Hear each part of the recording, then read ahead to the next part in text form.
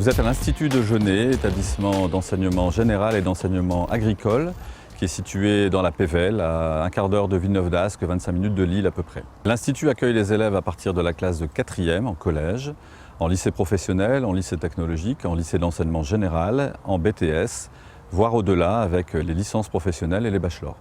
Nous sommes 370 personnels dans l'établissement et nous accueillons 2100 élèves et étudiants sur le site de Genêt. Nous avons 45 éducateurs de vie scolaire qui accueillent sur le site l'ensemble des élèves en journée et les 950 internes pour les 4 nuits qu'ils font chaque semaine à l'internat. L'établissement a un peu plus de 120 ans aujourd'hui, 120 ans d'histoire autour du monde agricole et une vingtaine d'années pour l'enseignement général. Nous accueillons les jeunes soit par la voie scolaire classique, soit par la voie de l'apprentissage, mais nous accueillons aussi les gens en formation adulte tout au long de leur cursus, en reprise d'études. Et nous avons aussi une spécialisation dans la formation au monde de l'entreprise à travers notre branche Genêt Conseil. Nous proposons à nos élèves, avant de rentrer dans l'établissement, 3 jours de découverte pendant les congés scolaires de l'année qui précède, de manière à venir découvrir nos supports pédagogiques, découvrir nos enseignements et vérifier qu'ils ont réellement l'appétence pour ces sujets. Les élèves de 4e et 3e sont accueillis dans l'établissement en formation déjà pré-professionnalisante autour des EPI liés au monde de la nature et de l'environnement. En lycée professionnel, ils se forment aux métiers liés à la nature et à l'environnement également, autour de l'aménagement paysager, l'horticulture, la production animale, le commerce des produits horticoles également. À partir des classes de bac technologique, ils seront plutôt sur le domaine de l'environnement, sur le domaine des biotechnologies. Et en BTS, on sera sur le domaine de la production animale, horticole, les grandes cultures également, ainsi que les domaines de l'aménagement paysager et tout ce qui touchera à la gestion des exploitations agricoles. Le profil de nos élèves pour la partie enseignement agricole est surtout lié à des jeunes qui sont passionnés. Parfois issus du monde agricole eux-mêmes, mais pas forcément. Ce sont des jeunes qui ont un projet lié à la nature, à l'environnement, et ils ont envie de travailler dans ce monde. Et ce sont des jeunes qui souvent se montrent très motivés. Pour la partie enseignement agricole de l'établissement, nous avons des outils pédagogiques grandeur nature. Une exploitation agricole avec une 45 vaches laitières et un robot de traite. Nous avons des serres de production maraîchère, des serres de production floricole. Nous avons aussi un laboratoire de culture in vitro, nous avons une ferme équestre, une ferme pédagogique. Bref, tous des supports qui sont grandeur nature, qui sont réellement à l'échelle professionnelle. C'est une équipe de 45 personnes qui gère au quotidien et tout au long de l'année l'ensemble de ces supports pédagogiques.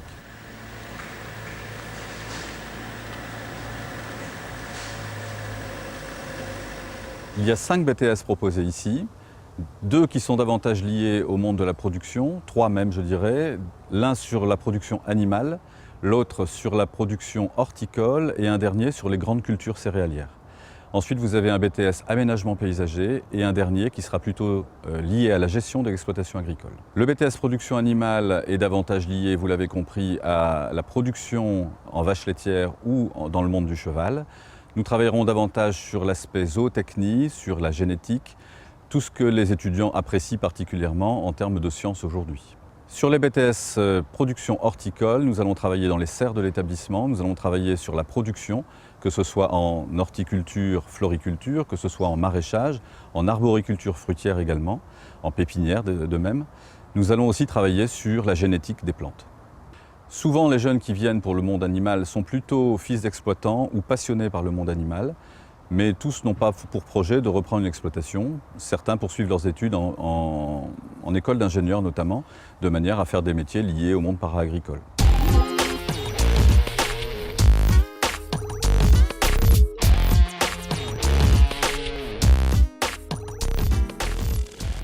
Alors, le BTS production horticole, c'est un diplôme qui est assez large puisqu'il va recouvrir plusieurs métiers, à savoir l'arboriculture fruitière dans lequel on est actuellement, mais aussi les métiers de l'horticulture, tout ce qui va être ornement, tout ce qui va être les métiers de la pépinière et aussi tout ce qui va être lié au maraîchage, que ce soit du maraîchage conventionnel ou du maraîchage bio qui attire de plus en plus d'étudiants. On a des étudiants aussi qui sont intéressés par la floriculture et notamment de ceux qui veulent s'installer comme fleuristes. C'est aussi un diplôme qui va leur permettre de s'installer puisqu'on a une option art floral à côté de ça.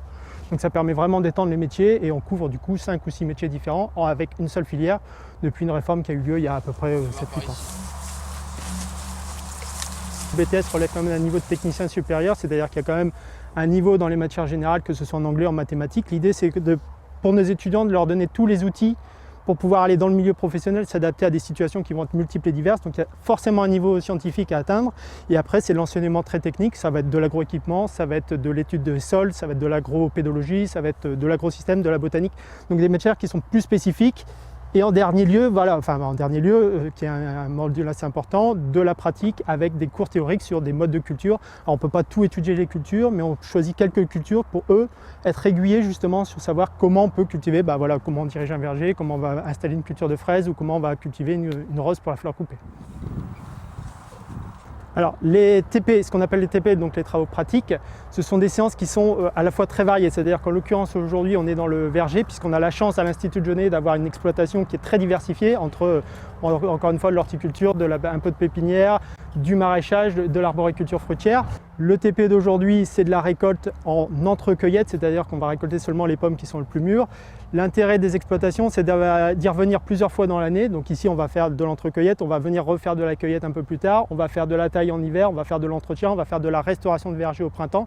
Donc ce sont des lieux de l'exploitation sur lesquels on essaie de revenir continuellement dans l'année pour essayer d'avoir la vision la plus large possible, puisque quand on travaille dans nos métiers, on sait très bien qu'entre l'hiver ou le printemps, ça va être complètement différent. Donc voilà, on essaie d'intervenir sur des actions diverses et variées dans la limite de ce que peut offrir notre exploitation, qui est déjà quand même assez conséquente.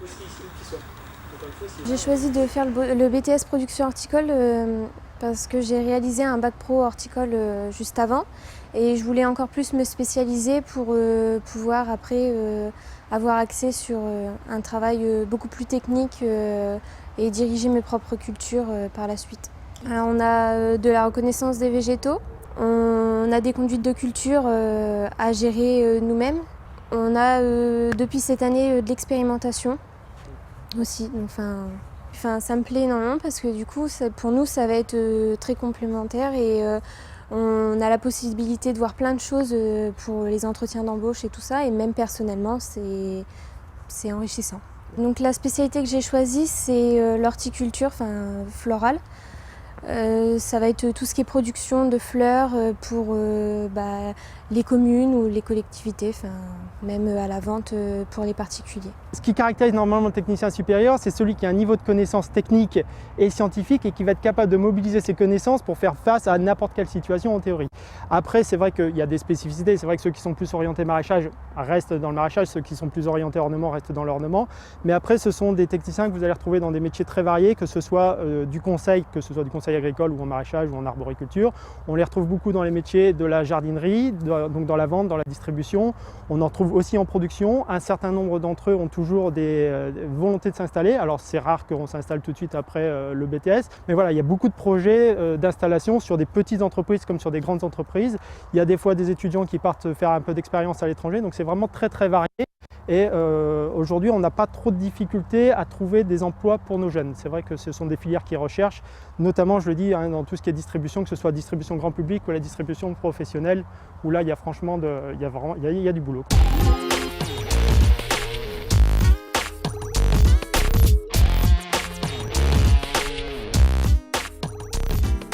Le BTS production animale, donc globalement, l'idée c'est on a beaucoup de jeunes qui sont originaires du monde agricole et on leur apprend, alors quelle que soit l'espèce animale, on leur apprend du coup aussi bien de la nutrition que de la conduite en vache laitière s'ils ont choisi cette option-là. Ils font de la pratique, ils font de la biologie.